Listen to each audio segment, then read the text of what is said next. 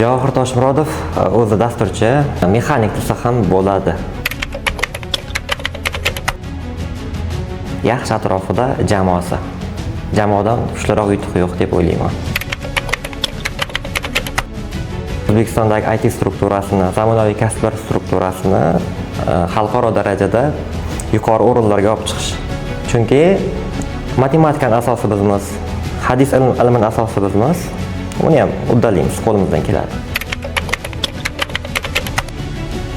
Avtotest loyihamiz bor. Bu loyiha hozir prava olishda xuddi GTA o'yinini o'ynagan singari o'yin o'ynab, ya'ni mashinani o'ynab siz yo'l qoidalarini o'rganishingiz mumkin o'yin orqali.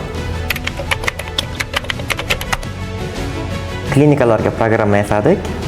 U yerda klinikani, misol uchun kim kelyapti, misol uchun qabulxona bo'limi qabul qilib oladi, kassa bo'limiga hisob-kitoblariga yoki qanday xizmatlar ko'rsatildi va unda statsionar bo'lim bor.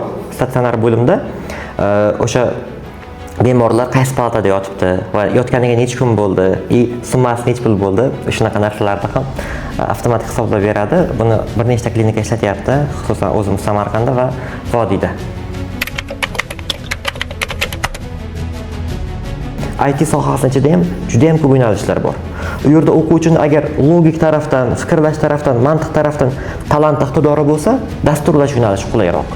Agar uni fantaziyasi yuqori bo'lsa, o'sha tasavvur, rassom tabiat, shoir tabiat bo'lsa, unga dizayn yo'nalishlari bor.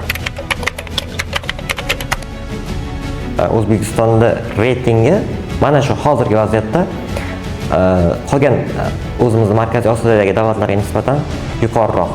Chunki bizdagi loyihalar, kuchli loyihalarimiz bor.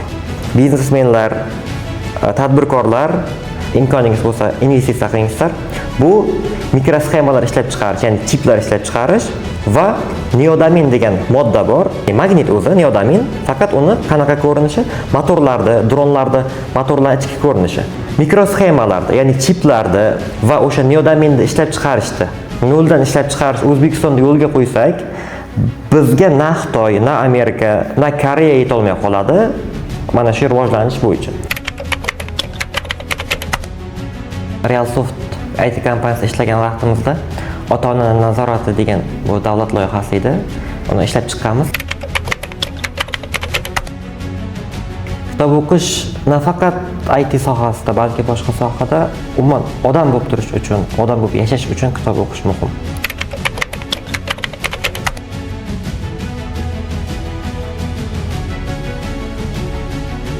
Kelajakdagi rejalarim hozirgi mana shu IT kompaniya desak ham bo'ladi, jamoamiz desak ham bo'ladi. Jamoamiz bilan hozirgi bosqichimiz bizlar asosan faqatgina software, ya'ni dasturlarni o'zini ishlab chiqarish bosqichida emas. Endi biz undan keyingi etapga, ya'ni undan keyingi levelga o'tmoqchimiz. Bu qanaqa? Biz qurilmalarni ham ishlab chiqaramiz.